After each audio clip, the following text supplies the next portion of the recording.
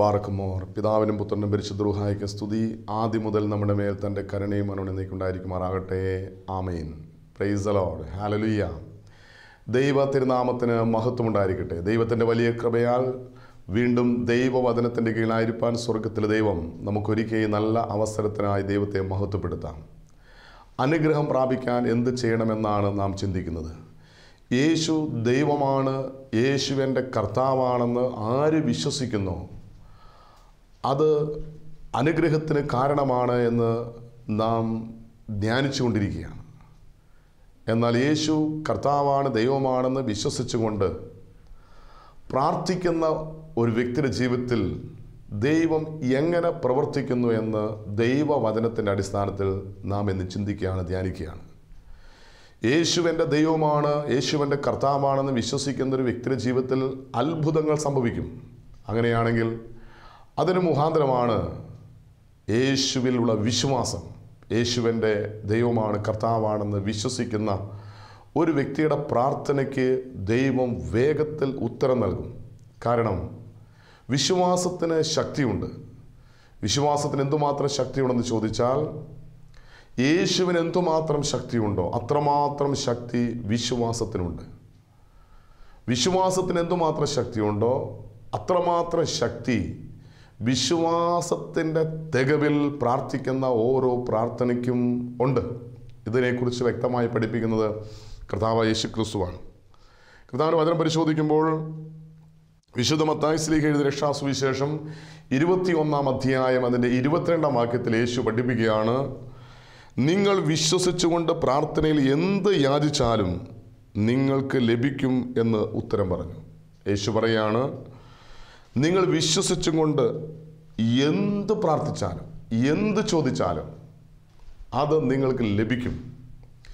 അനേക നാളുകളായി പ്രാർത്ഥിച്ച് മടുത്തവരുണ്ട്. പ്രാർത്ഥിച്ച് നിരാശയുടെ അനുഭവത്തിലായവരുണ്ട്. വർഷങ്ങളായി പ്രാർത്ഥിക്കുന്ന പ്രാർത്ഥനയ്ക്ക് ഉത്തരം കിട്ടാതെ വേദനയോടെ, ഭാരത്തോടെ, നൊമ്പരത്തോടെ ദൈവസന്നിധിയിൽ ഒരു ചോദ്യചിഹ്നമായി നിൽക്കുന്ന ചില വ്യക്തികൾക്ക് ദൈവത്തിൻ്റെ പരിശുദ്ധാത്മാവ് നൽകുന്ന ഒരു ഉത്തരമാണ്, ഒരു വ്യക്തിയുടെ പ്രാർത്ഥനയ്ക്ക് ദൈവം വേഗത്തിൽ ഉത്തരം നൽകുവാൻ ആ വ്യക്തിയുടെ വിശ്വാസത്തെ യേശു പരിശോധിക്കുന്നു. കർത്താവായ യേശുവിൻ്റെ അരികിൽ വന്ന എല്ലാ വ്യക്തികളോടും യേശു ചോദിക്കുന്നൊരു ചോദ്യമുണ്ട്, നീ വിശ്വസിക്കുന്നുവോ? വിശ്വസിച്ചാൽ നീ ദൈവത്തിൻ്റെ മഹത്വം ദർശിക്കും.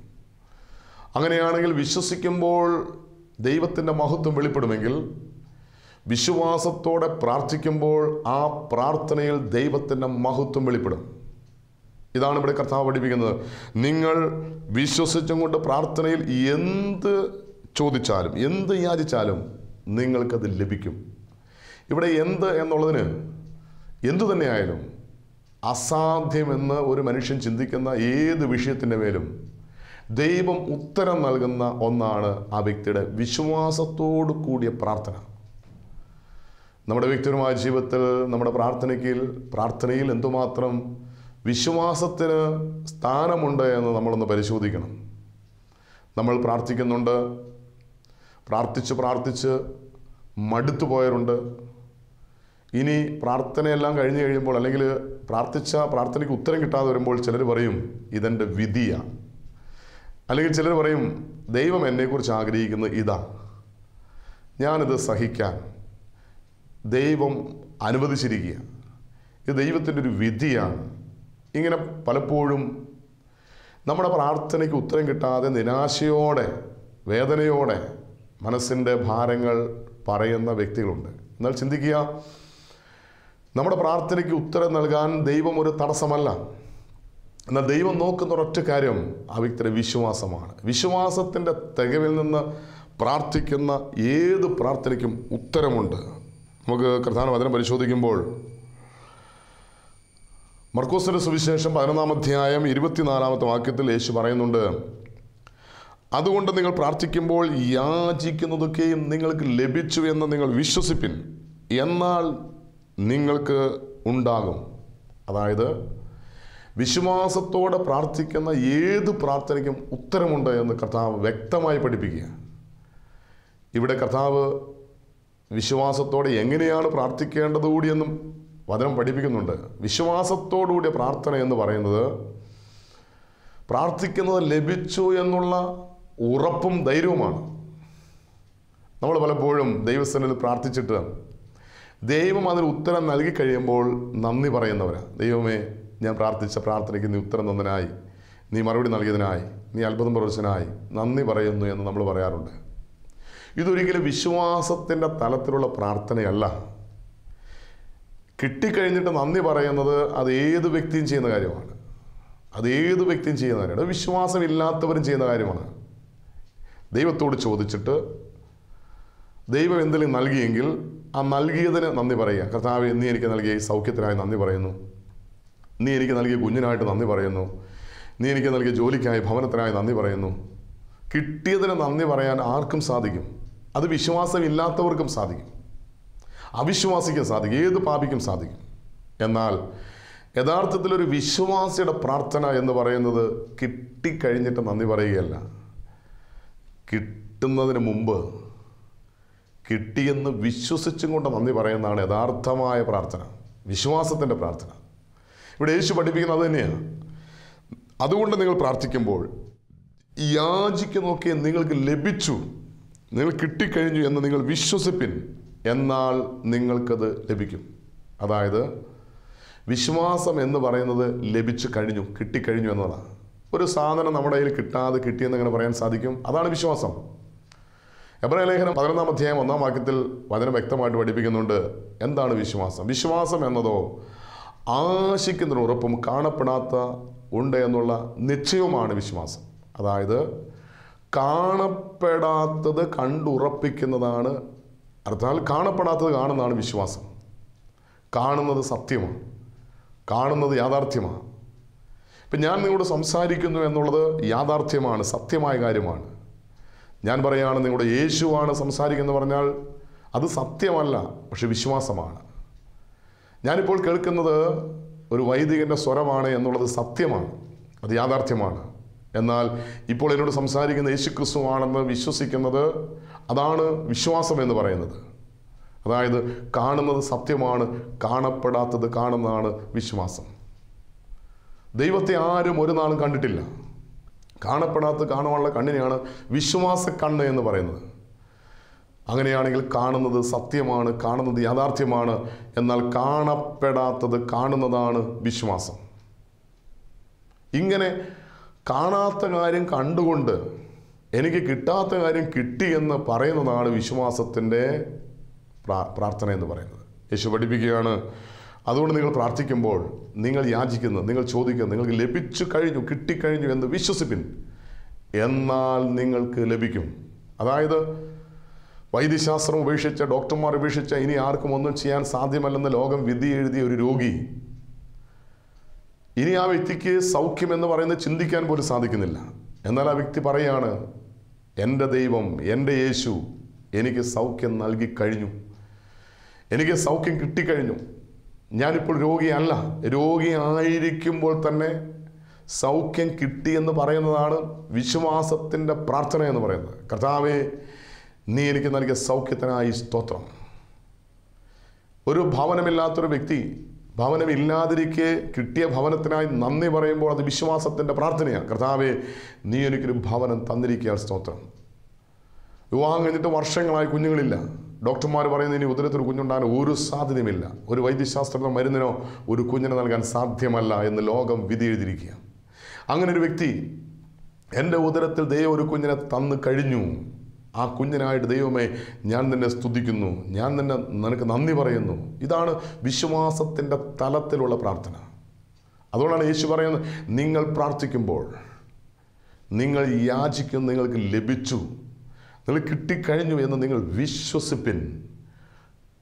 കാണാത്തത് കാണുന്നതാണ് വിശ്വാസമെങ്കിൽ കിട്ടാത്തത് കിട്ടിയെന്ന് പറയുന്നതാണ് വിശ്വാസത്തിൻ്റെ പ്രാർത്ഥന എന്ന് പറയുന്നത്. കർത്താവേ, നീ ഞാൻ പ്രാർത്ഥിക്കുന്ന വിഷയത്തിൻ്റെ മേൽ അവിടെ നിന്ന് അത്ഭുതം പ്രവർത്തിച്ചിരിക്കാൻ നന്ദി പറയുന്നു. ഇതിന് യേശു തന്നെ ചെയ്യുന്നൊരു ഉദാഹരണം നമുക്ക് കാണാൻ സാധിക്കും. കർത്താവായ യേശു ക്രിസ്തു ലാസറിൻ്റെ കല്ലറയുടെ മുന്നിൽ ചെന്നിട്ട് പ്രാർത്ഥിക്കുന്നൊരു പ്രാർത്ഥനയുണ്ട്. പിതാവേ, അവിടുന്ന് എൻ്റെ പ്രാർത്ഥന കേട്ടിരിക്കാൻ ഞാനങ്ങയെ സ്തുതിക്കുന്നു, ഞാനങ്ങയെ വാഴ്ത്തുന്നു എന്നാണ് യേശുവോട് പറയുന്ന വാക്ക്. അവിടെ യേശു പ്രാർത്ഥിക്കുന്നതായിട്ട് ആരും കാണുന്നില്ല. യേശു പിതാവായ ദൈവത്തെ മഹത്വപ്പെടുന്നതായിട്ട് അവിടെ ആരും കാണുന്നില്ല. പക്ഷേ യേശു പ്രാർത്ഥിക്കുന്ന പ്രാർത്ഥന വിശ്വാസത്തിൻ്റെ തികയിൽ നിന്നാണ്. പിതാവേ, അവിടുന്ന് എൻ്റെ പ്രാർത്ഥന കേട്ടിരിക്കിയാൽ ഞാനങ്ങയെ വാഴ്ത്തുന്നു. ഇത് വിശ്വാസത്തിൻ്റെ തികവിൽ നിന്നാണ്. അതായത് സംഭവിക്കാൻ പോകുന്ന അത്ഭുതത്തെ മുന്നിൽ കണ്ടുകൊണ്ട്, ലഭിക്കാൻ പോകുന്ന ഉത്തരത്തെ മുന്നിൽ കണ്ടുകൊണ്ട് യേശു പറയാണ്, നീ എൻ്റെ പ്രാർത്ഥന കേട്ടിരിക്കുക. അതായത് നീ അത്ഭുതം പ്രവർത്തിച്ചിരിക്കുക, നീ ലാസറിന് സൗഖ്യം നൽകിയിരിക്കുക, നീ ലാസറിനെ ഉയർപ്പിച്ചിരിക്കുക, ഞാനങ്ങ് വാഴ്ത്തുന്നു. ഇവിടെ ഇതാണ് വിശ്വാസത്തിൻ്റെ പ്രവൃത്തി എന്ന് പറയുന്നത്. നമ്മുടെ ഹൃദയത്തിലുള്ള വിശ്വാസം നാം അധരം കൊണ്ട് ഏറ്റുപറയുകയാണ്. വീണ്ടും കർത്താവ് വചനം പരിശോധിക്കുമ്പോൾ ഒരു മനുഷ്യൻ പ്രാർത്ഥിച്ചിട്ട്, അല്ലെങ്കിൽ വിശ്വാസത്തിൻ്റെ തലത്തിൽ പ്രാർത്ഥിച്ചിട്ട് പ്രാർത്ഥനയ്ക്ക് ഉത്തരം കിട്ടാത്തത് എന്താണ്? അതിനെക്കുറിച്ച് കർത്താവായ യേശു ക്രിസ്തു വ്യക്തമായിട്ട് പഠിപ്പിക്കുന്നുണ്ട്. യാക്കോബിൻ ലേഖനം 1-ാം അധ്യായം അതിൻ്റെ 6-ാം വാക്യത്തിൽ കർത്താവ് വചനം പറയുന്നു, എന്നാൽ അവൻ ഒന്നും സംശയിക്കാതെ വിശ്വാസത്തോടെ യാചിക്കണം. എങ്ങനെ യാചിക്കണം? ഒന്നും സംശയിക്കാതെ വിശ്വാസത്തോടെ യാചിക്കണം. എന്തുകൊണ്ടാണ് സംശയിക്കാതെ വിശ്വാസത്തോടെ ചോദിക്കണം, പ്രാർത്ഥിക്കണം എന്ന് പറയാൻ കാരണം?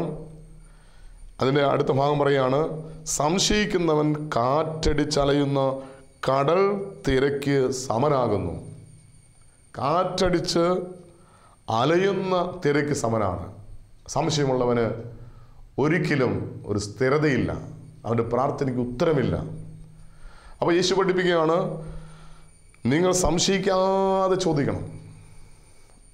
ഇന്ന് പലപ്പോഴും നമ്മുടെ വ്യക്തിപരമായ ജീവിതത്തിൽ ദൈവം അത്ഭുതം പ്രവർത്തിക്കാത്ത, അല്ലെങ്കിൽ നമ്മുടെ പ്രാർത്ഥനയ്ക്ക് ഉത്തരം കിട്ടാത്തതിൻ്റെ ഒരു കാരണം ദൈവത്തിൻ്റെ കുറവല്ല. ദൈവത്തിന് അസാധ്യങ്ങളെ സാധ്യമാക്കാൻ, അത്ഭുതങ്ങൾ പ്രവർത്തിക്കാൻ ഒരു തടസ്സവുമില്ല. പക്ഷേ എൻ്റെ വിശ്വാസത്തിൻ്റെ കുറവാണ്, അല്ലെങ്കിൽ വിശ്വാസം എന്നിലുണ്ടായിട്ടും വിശ്വാസത്തേക്കാൾ കൂടുതൽ സംശയമുള്ളത് കൊണ്ട് എൻ്റെ ജീവിതത്തിൽ ദൈവത്തിന് അത്ഭുതം പ്രവർത്തിക്കാൻ സാധിക്കില്ല. പലപ്പോഴും നമ്മൾ വിശ്വാസികളാണെന്ന് അഭിമാനത്തോടെ പറയും. അത് സത്യമാണ്. ദൈവം കൃപയായി വിശ്വാസം നമ്മിൽ നിക്ഷേപിച്ചിട്ടുണ്ട്. അതുകൊണ്ടാണ് ദൈവത്തിൻ്റെ വചനം കേൾക്കാനും അത് വിശ്വസിക്കാനും നമുക്ക് സാധിക്കുന്നത്. എന്നാൽ വിശ്വസിക്കുന്നതോടൊപ്പം നമ്മൾ ചിന്തിക്കേണ്ട ഒരു കാര്യമുണ്ട്. ഈ വിശ്വസിക്കുന്നതിനേക്കാൾ കൂടുതൽ സംശയമാണെങ്കിൽ ആ വ്യക്തിയുടെ ജീവിതത്തിൽ ദൈവത്തിന് ഒന്നും ചെയ്യാൻ സാധിക്കില്ല. ഇതിനെക്കുറിച്ച് വ്യക്തമായിട്ട് കർത്താവായ യേശു ക്രിസ്തു പഠിപ്പിക്കുന്നൊരു വാക്യമുണ്ട്. വിശുദ്ധ മർക്കോസിൻ്റെ സുവിശേഷം 11-ാം അധ്യായം 23-ാം വാക്യം.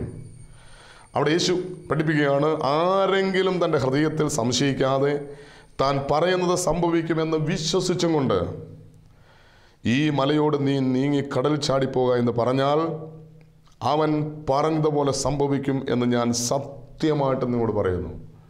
യേശു ക്രിസ്തു സത്യം ചെയ്ത് പഠിപ്പിക്കുന്ന ഒരു കാര്യമാണ്, ആരെങ്കിലും തൻ്റെ ഹൃദയത്തിൽ സംശയിക്കാതെ. അപ്പോൾ വിശ്വാസത്തിനെതിരായൊരു പ്രവൃത്തിയാണ് സംശയം. നമുക്ക് വിശ്വാസമുണ്ടോ എന്ന് വെച്ചാൽ വിശ്വാസമുണ്ട്, അത് ഉറപ്പാണ്. വിശ്വാസമുള്ളതിനേക്കാൾ കൂടുതൽ സംശയമാണ് നമ്മുടെ ഹൃദയത്തിലുള്ളത്. പലപ്പോഴും നമ്മുടെ ഹൃദയത്തിൽ സംശയം ഉണ്ടോ ഇല്ലെന്ന് അറിയാനായിട്ട് ഒറ്റ വഴിയുള്ളൂ, സംശയത്തിൻ്റെ വാക്കുകൾ നമ്മൾ പറയാറുണ്ടോ? സംശയത്തിൻ്റെ വാക്കുകൾ പറയുന്നുണ്ടെങ്കിൽ ഉറപ്പാണ് നമ്മുടെ ഹൃദയത്തിൽ സംശയമുണ്ട്. സംശയത്തിൻ്റെ 2 വാക്കുകൾ ഞാൻ പറയാം. ഒന്ന്, ഒരു വ്യക്തിയുടെ ഹൃദയത്തിൽ സംശയമുണ്ടോ ഇല്ലയോ എന്ന് അറിയാൻ വേണ്ടി ഈ 2 വാക്കുകൾ പരിശോധിച്ചാൽ അറിയാം. ഒന്ന്, പക്ഷേ എന്നൊരു വാക്ക്. ഒരു വ്യക്തി വിശ്വാസിയാണെന്നൊക്കെ പറയുന്നൊരു വ്യക്തി പറയുന്നതിനിടയ്ക്ക്, സംസാരിക്കുന്നിടയ്ക്ക് പക്ഷേ എന്നൊരു വാക്ക് പറയുന്നുണ്ടെങ്കിൽ ഉറപ്പാണ് ആ വ്യക്തിയുടെ ഉള്ളിൽ സംശയമുണ്ട്. കാരണം സംശയത്തിൻ്റെ ഒരു വാക്കാണ് പക്ഷേ. ഒരു പ്രായമായ അമ്മച്ചി പറയുകയാണ്, അച്ഛാ എനിക്ക് വേണ്ടി ഒന്ന് പ്രാർത്ഥിക്കണം, എനിക്ക് തീരെ സുഖമില്ല. അപ്പോൾ അമ്മച്ചിയോട് പറയുകയാണ്, അമ്മച്ചി പേടിക്കൊന്നും വേണ്ട, കർത്താവ് സൗഖ്യം നൽകും. ഇത് കേൾക്കുന്ന അമ്മച്ചി പറയുന്ന വാക്ക് എന്തായിരിക്കും? മിക്കവാറും പറയുന്ന വാക്ക്, കർത്താവ് സൗഖ്യം നൽകുമെന്ന് എനിക്ക് അറിയാം, പക്ഷേ. ഈ പക്ഷേ എവിടെ വരുന്നോ അത് സംശയത്തിൻ്റെ വാക്കാണ്. അപ്പോൾ വിശ്വാസം ഇല്ലാത്തതുകൊണ്ടല്ല, വിശ്വാസത്തേക്കാൾ കൂടുതൽ സംശയമാണ്. ഇപ്പോൾ ഒരു വിദ്യാർത്ഥി പറയാണ്, അടുത്ത പരീക്ഷയ്ക്ക് എനിക്ക് ഉന്നതമായ വിജയം ലഭിക്കാൻ വേണ്ടി എനിക്ക് വേണ്ടി പ്രാർത്ഥിക്കണം. അപ്പോൾ ആ കുഞ്ഞോട് പറയണം, മോനെ നീ പേടിക്കൊന്നും വേണ്ട, കർത്താവ് നിനക്ക് ഉന്നതമായ വിജയം നൽകും.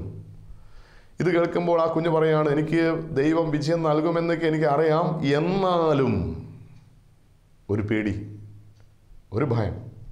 ഈ എന്നാലും എന്നൊരു വാക്ക് സംശയത്തിൻ്റെ വാക്കാണ്.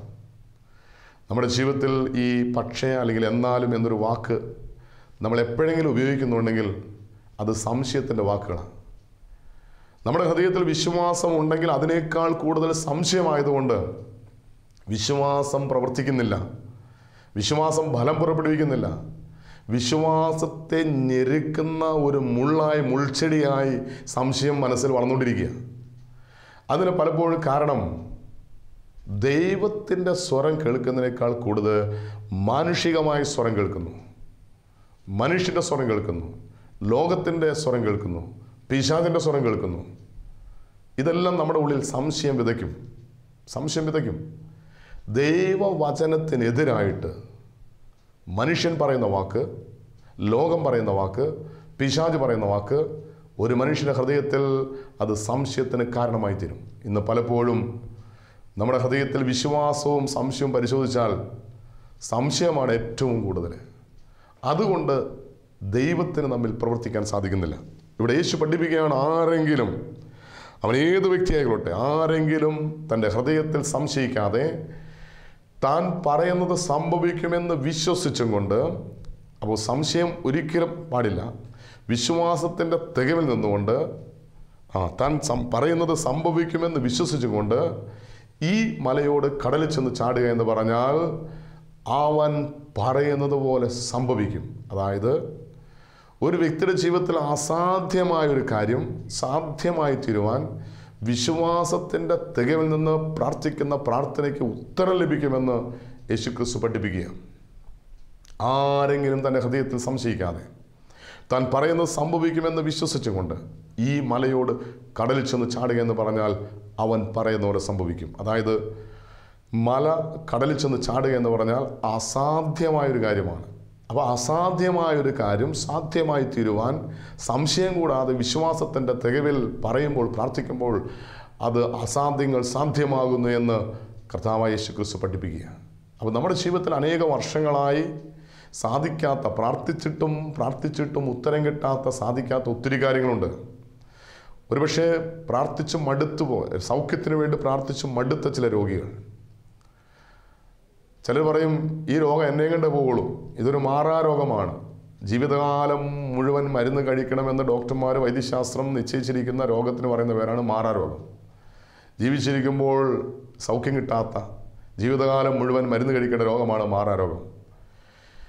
ഇങ്ങനെ ഒരു ഡോക്ടർ പറയുകയാണ്, നിങ്ങൾ ജീവിതകാലം മുഴുവൻ മരുന്ന് കഴിക്കണം എന്ന് പറഞ്ഞാൽ പിന്നെ അവരുടെ ചിന്ത ഈ എത്ര സുവിശേഷം കേട്ടാലും, എത്ര ദൈവത്തിൻ്റെ അത്ഭുതങ്ങളെക്കുറിച്ച് കേട്ടാലും, എത്ര തിരുവചനം കേട്ടാലും അവരുടെ ഉള്ളിൽ ഈ ഡോക്ടർ പറഞ്ഞ വാക്ക് കിടക്കുക, ജീവിതകാലം മുഴുവൻ മരുന്ന് കഴിക്കണം. അതായത് ജീവിച്ചിരിക്കുമ്പോൾ സൗഖ്യം കിട്ടാൻ സാധ്യതയില്ല. ഇങ്ങനെ ഒരു മനസ്സിൽ ചിന്ത കയറിക്കൂടുന്നൊരു വ്യക്തിക്ക് എങ്ങനെ ആ അസാധ്യങ്ങളെ സാധ്യമാക്കാൻ സാധിക്കും? അതുകൊണ്ട് ആ വ്യക്തിയുടെ ഹൃദയത്തിൽ ലോകം പറഞ്ഞിരിക്കുന്ന, ഡോക്ടർമാർ പറഞ്ഞിരിക്കുന്ന, വൈദ്യശാസ്ത്രം പറഞ്ഞിരിക്കുന്ന വാക്ക്, അതിനെ ജയിക്കാൻ തക്കവണ്ണം വിശ്വാസത്തിൻ്റെ തികവിൽ നിറയണം. അതായത് ലോകം പറയുന്ന എന്താണോ, വൈദ്യശാസ്ത്രം പറയുന്ന എന്താണോ, അതല്ല നമ്മൾ ഏറ്റുപറയേണ്ടത്. അത് അവരുടെ കണ്ടെത്തലാണ്, അത് സത്യമാണ്, അത് യാഥാർത്ഥ്യമാണ്. എനിക്കൊരിക്കലും സൗഖ്യം കിട്ടില്ല എന്നുള്ളത് അത് സത്യമാണ്, അത് യാഥാർത്ഥ്യമാണ്. എന്നാൽ സത്യമല്ല, യാഥാർത്ഥ്യമല്ല നമ്മൾ പറയേണ്ടത് വിശ്വാസമാണ്. നമ്മൾ പറയേണ്ടത് വിശ്വാസത്തിൻ്റെ തോത്, വിശ്വാസത്തിൻ്റെ അളവനുസരിച്ചുള്ള പ്രാർത്ഥനയാണ്. അതായത് നമ്മൾ വിശ്വസിക്കണം, കർത്താവ് എനിക്ക് സൗഖ്യം നൽകി കഴിഞ്ഞു, അവൻ്റെ മുറിവിനാൽ, അവൻ്റെ അടിപ്പിണരാൽ സൗഖ്യം വന്നിരിക്കുന്നു എന്ന വചനത്തിൻ്റെ യോഗ്യതയാണ്. ദൈവത്തിന് അസാധ്യമായി ഒന്നുമില്ല. യിരെമ്യാപ്രവാചകന്റെ പുസ്തകം 32:27 പറയുന്നു, ഞാൻ സകല മർത്യരുടെയും ദൈവമായ കർത്താവാണ്, എനിക്ക് അസാധ്യമായി എന്തെങ്കിലും ഉണ്ടോ? എൻ്റെ ദൈവം സർവശക്തനാണ്, അസാധ്യങ്ങളെ സാധ്യമാക്കുന്നവൻ, അവൻ അത്ഭുത മന്ത്രിയാണ്, വീരനാം ദൈവമാണ്, അവൻ സമാധാനത്തിൻ്റെ പ്രഭുവാണ്, അവൻ ഇന്നും ജീവിക്കുന്ന, ഇന്നും അത്ഭുതം പറയുന്ന, ഇന്നും രോഗികൾക്ക് സൗഖ്യം നൽകുന്ന, ഇന്നും രോഗികളെ തൊട്ട് സൗഖ്യം നൽകുന്ന, ഇന്നും ജീവിക്കുന്ന ദൈവമാണെന്ന് ഞാൻ വിശ്വാസത്തിൻ്റെ വാക്കിൽ ഏറ്റുപറഞ്ഞ് പ്രാർത്ഥിക്കുമ്പോൾ, ആ വിശ്വാസത്തിൻ്റെ വാക്കുകൾ ഏറ്റുപറഞ്ഞ് പ്രാർത്ഥിക്കുന്നതിലൂടെ തന്നെ സൗഖ്യം കിട്ടുകയാണ്. വൈദ്യശാസ്ത്രത്തിന് നൽകാൻ കഴിയാത്ത, മരുന്നിന് നൽകാൻ കഴിയാത്ത, ലോകം അസാധ്യമെന്ന് പറയുന്ന ഏത് രോഗത്തിനും സൗഖ്യം നൽകുവാൻ വിശ്വാസത്തിൻ്റെ പ്രാർത്ഥനയ്ക്ക് സാധിക്കുമെന്ന് കർത്താവായ യേശുക്രിസ്തുവിടെ പഠിപ്പിക്കുകയാണ്. അതുകൊണ്ട് ഈ അസാധ്യമെന്ന് നമ്മൾ ധരിച്ചിരിക്കുന്നത് ഏതെങ്കിലും ഒരു വ്യക്തി പറഞ്ഞിട്ടുള്ള, അല്ലെങ്കിൽ നമ്മുടെ മനസ്സിൽ നമ്മൾ തന്നെ പറഞ്ഞിട്ടുള്ള, അല്ലെങ്കിൽ പിശാച് നമ്മളെക്കുറിച്ച് പറഞ്ഞിട്ടുള്ള വാക്കുകളായിരിക്കാം. ഇനി ഒരിക്കലും ഒരു കുഞ്ഞുണ്ടാകാൻ സാധ്യതയില്ല. കാരണം ഡോക്ടർമാർ പറഞ്ഞിരിക്കുന്നത് ഒരു സാധ്യതയില്ല, 95% സാധ്യതയില്ല. 95% സാധ്യതയില്ലെന്ന് പറഞ്ഞാൽ നമുക്കൊരു ചിന്തയുണ്ട്, ഇനി ഒരിക്കലും അത് സാധ്യമല്ല. എന്നാൽ 5% സാധ്യത ഉണ്ട്. ഈ 5%-ത്തെ 100% മാറ്റാൻ സാധിക്കുന്നൊരു ദൈവമാണ് എൻ്റെ ദൈവം. ഇത് വിശ്വസിച്ചും കൊണ്ട് പ്രാർത്ഥിക്കുമ്പോഴാണ് അവിടെ അത്ഭുതങ്ങൾ സംഭവിക്കുന്നത്. അതായത് നമ്മൾ കേട്ടിരിക്കുന്ന വാക്കുകൾ, മാനുഷികമായ ചില വാക്കുകൾ, അല്ലെങ്കിൽ ലോകം പറയുന്ന ചില വാക്കുകൾ, അല്ലെങ്കിൽ പിശാച് പറയുന്ന ചില വാക്കുകൾ നമ്മുടെ ഹൃദയത്തിൽ സംശയം വിതച്ചിരിക്കുകയാണ്. ഈ സംശയം മാറിപ്പോകാൻ ഒറ്റ വഴിയുള്ളൂ. ഈ സംശയം മാറിപ്പോകാൻ വിശ്വാസത്തിൻ്റെ വാക്കുകൾ ഏറ്റുപറഞ്ഞ് പ്രാർത്ഥിക്കുക. കർത്താവേ, നീ എൻ്റെ ജീവിതത്തിൽ അത്ഭുതം പ്രവർത്തിക്കാൻ മതിയായ ദൈവമാകിയാൽ ഞാൻ നിന്നെ സ്തുതിക്കുന്നു, ഞാൻ നിന്നെ വാഴ്ത്തുന്നു. കർത്താവ്, നീ അത്ഭുതം പ്രവർത്തിച്ചിരിക്കയാൽ ഞാൻ നിന്നെ വാഴ്ത്തുന്നു, ഞാൻ നിന്നെ സ്തുതിക്കുന്നു. കർത്താവെ, നീ എനിക്കത് ചെയ്ത് തന്നിരിക്കയാൽ ഞാൻ നിന്നെ വാഴ്ത്തുന്നു, ഞാൻ നിന്നെ സ്തുതിക്കുന്നു. ഈ വിശ്വാസത്തിൻ്റെ തികവിൽ നിന്ന് ഒരു വ്യക്തി പറയുമ്പോഴാണ്, പ്രാർത്ഥിക്കുമ്പോഴാണ് അത്ഭുതങ്ങൾ സംഭവിക്കുന്നത്, ആ പ്രാർത്ഥനയ്ക്ക് ഉത്തരം ലഭിക്കുന്നത്. വീണ്ടും കർത്താവിന്റെ വചനം പരിശോധിക്കുമ്പോൾ യാക്കോബിന്റെ ലേഖനം 5-ാം അധ്യായം അതിൻ്റെ 15-ാമത്തെ വാക്യത്തിൽ ദൈവവചനം വ്യക്തമായിട്ട് വെളിപ്പെടുന്നുണ്ട്. ദൈവത്തിൻ്റെ പരിശുദ്ധാത്മാവ് വ്യക്തമായി വെളിപ്പെടുത്തുന്നൊരു സത്യമാണ്. എന്നാൽ വിശ്വാസത്തോടുകൂടിയ പ്രാർത്ഥന ദീനക്കാരനെ, രോഗിയെ രക്ഷിക്കും. വിശ്വാസത്തോടുകൂടിയ പ്രാർത്ഥന, വിശ്വാസത്തോടുകൂടിയ പ്രാർത്ഥന രോഗിയെ രക്ഷിക്കും. അപ്പോൾ രോഗിക്ക് സൗഖ്യം നൽകുന്നത് ആ വ്യക്തിയുടെ വിശ്വാസത്തോടു കൂടിയ പ്രാർത്ഥനയാണ്.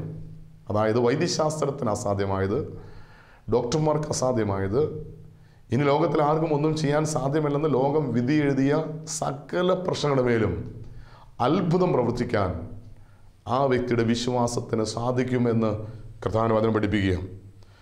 എന്നാൽ വിശ്വാസത്തോടുകൂടി പ്രാർത്ഥന രോഗിയെ സൗഖ്യം നൽകും, രക്ഷിക്കും. കർത്താവ് അവനെ എഴുന്നേൽപ്പിക്കും.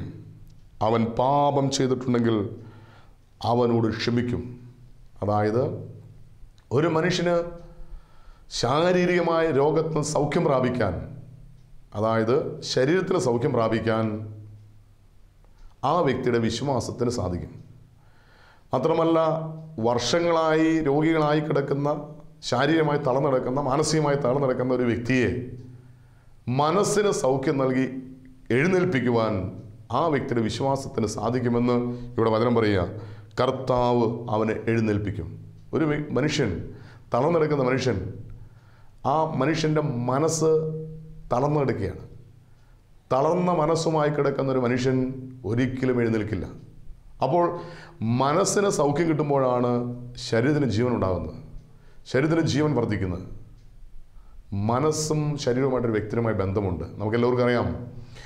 പലരും ചോദിക്കാറുണ്ട്, മുഖത്ത് നോക്കി ചോദിക്കും, മനസ്സിന് എന്താ ഒരു വിഷമം? കണ്ടോ, മനസ്സിൻ്റെ വിഷമം മുഖത്തറിയാൻ സാധിക്കുമെങ്കിൽ മനസ്സിൻ്റെ തളർച്ചയാണ് പലപ്പോഴും ശരീരത്തിനുണ്ടാകുന്ന തളർച്ച. കർത്താവ് പറയുകയാണ്, വിശ്വാസത്തോടുകൂടിയ പ്രാർത്ഥന അവൻ്റെ മനസ്സിന് ജീവൻ നൽകും. മനസ്സ് ജീവൻ വെച്ചാൽ ശരീരം ജീവൻ പ്രാപിക്കും. പലപ്പോഴും ഞങ്ങളുടെ ഈ തളർവാദ രോഗികൾ, ഈ തളർന്നു കിടക്കുന്ന രോഗികൾ ഇനി ആയുസ്സിൽ എഴുന്നേൽക്കില്ല.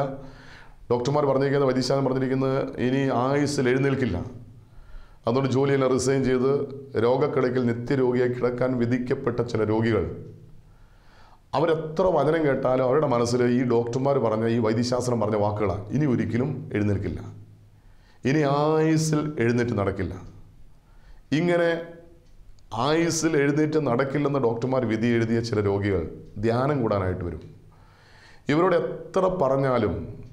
എത്ര പറഞ്ഞാലും എത്രമാത്രം അത്ഭുതങ്ങളെക്കുറിച്ച് പ്രസംഗിച്ചാലും സുവിശേഷം പറഞ്ഞാലും ഇവരുടെ ഉള്ളിൽ ഈ ചിന്തയാണ്, ഇനി ആയുസ്സിൽ ഞാൻ എഴുന്നേൽക്കില്ല, ഇനി ആയുസ്സിൽ ഞാൻ എഴുന്നേൽക്കില്ല. ഈ ചിന്ത മനസ്സിൽ കിടക്കുന്നിടത്തോളം കാലം ഇവർക്ക് ഒരിക്കലും എഴുന്നേൽക്കാൻ സാധിക്കില്ല. എന്നാൽ ഇവരുടെ മനസ്സിന് സൗഖ്യം ലഭിച്ചു കഴിയുമ്പോൾ, പ്രത്യേകിച്ച് താമസമുള്ള ധ്യാനങ്ങളിൽ ആന്തരിക സൗഖ്യം ലഭിച്ചു കഴിയുമ്പോൾ, അവരുടെ മനസ്സിന് സൗഖ്യം ലഭിച്ചു കഴിയുമ്പോൾ അവർ യേശുവിൻ്റെ നാമത്തിൽ സൗഖ്യം പ്രാപിച്ച്, ശരീരത്തിൽ സൗഖ്യം പ്രാപിച്ച് എഴുന്നേൽക്കുന്നതായിട്ട് കാണാൻ സാധിക്കും.